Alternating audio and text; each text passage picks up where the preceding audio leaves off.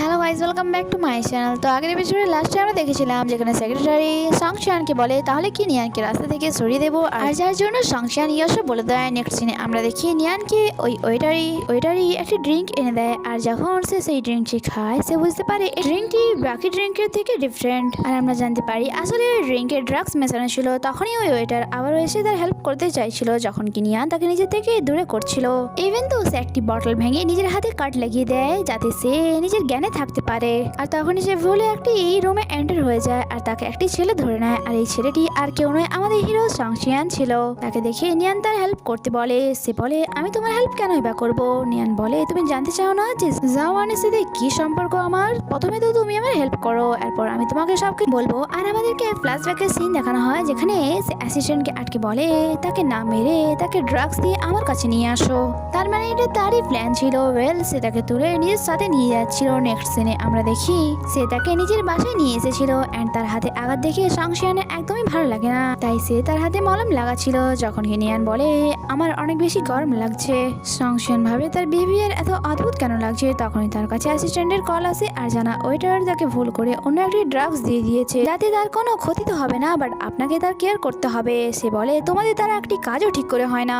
অন্যদিকে নিয়ান উঠে দাঁড়ায়, আর যখন সংশিয়ান ঘুরে তাকায় নিয়ান তার উপরেই পড়ে যায়, এন্ড এখানে তাদের মধ্যে অ্যাক্সিডেন্টালি কিস হয়ে যায় যা দুজনেই এক্সপেক্ট করেনি। আর নিয়ান তো তাকে কে ভেবে বুঝেছিল আর তাকে বলছিল তুমি কে, তাই না? বাট সংশিয়ান তার এই কোশ্চেনের কোনো আনসার দেয় না, আর তাকে তুলে ওয়াশরুমে নিয়ে আসে। অন্যদিকে বাইরে ডক্টর জাও চলে আসে।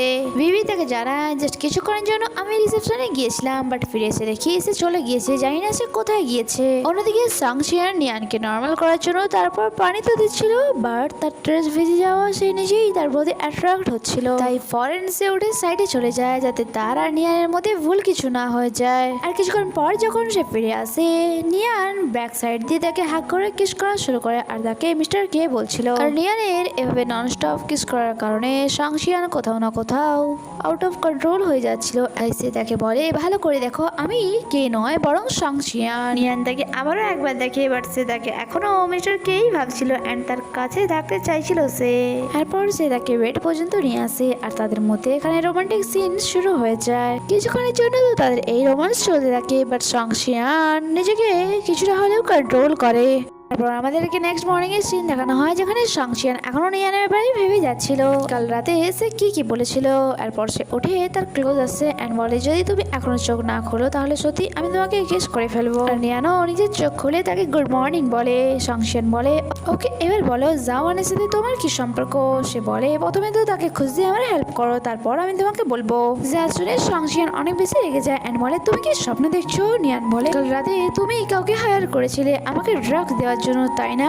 সংশিয়ান বলে এ ব্যাপারে তোমার কাছে কিছু প্রমাণ আছে। নিয়ান বলে কাল রাতে আমি পুরোভাবে আনকনসিয়াস ছিলাম না, তোমার অ্যাসিস্ট্যান্টকে আমার কাছে আসতে আমি দেখেছিলাম আর তার ভিডিও আমি বানিয়ে নিয়েছি, তাই যদি আমি এই ভিডিওটি পুলিশকে দিয়ে দিই তাহলে তোমার কি মনে হয় না তুমি প্রবলেমে পড়ে যাবে। সংশিয়ান বলে হয়তো তুমি ভুলে যাচ্ছ এখন তুমি আমার বাসাতে আছো, তাই তোমার কি মনে হয় আমি তোমাকে পুলিশ স্টেশন পর্যন্ত যেতে দেবো। সে বলে কাল রাতে আমি বিবিকে আগেই বলে দিয়েছিলাম যদি আমি 12 ঘন্টার মধ্যে বাসায় না পৌঁছই তাহলে আমার নিখোঁজ হওয়ার ব্যাপারটা পুলিশকে ইনফর্ম করে দিও। সংশিয়ান বলে তুমি কি আমাকে ভয় দেখাচ্ছ।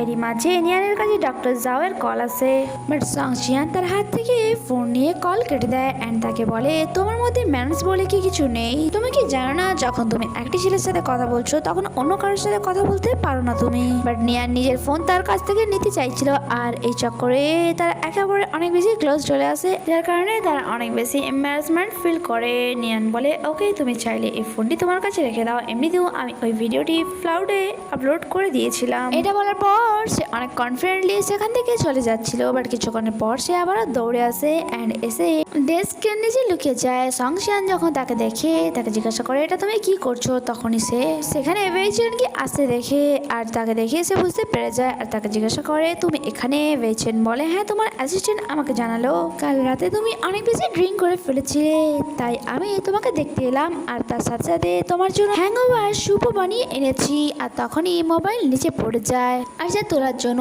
ওয়েচেন যখন নিচে ঝোঁকে। এখানে এই এপিসোডই শেষ হয়, আগে কি হয় তা জানতে স্টে কানেক্টেড। Bye bye.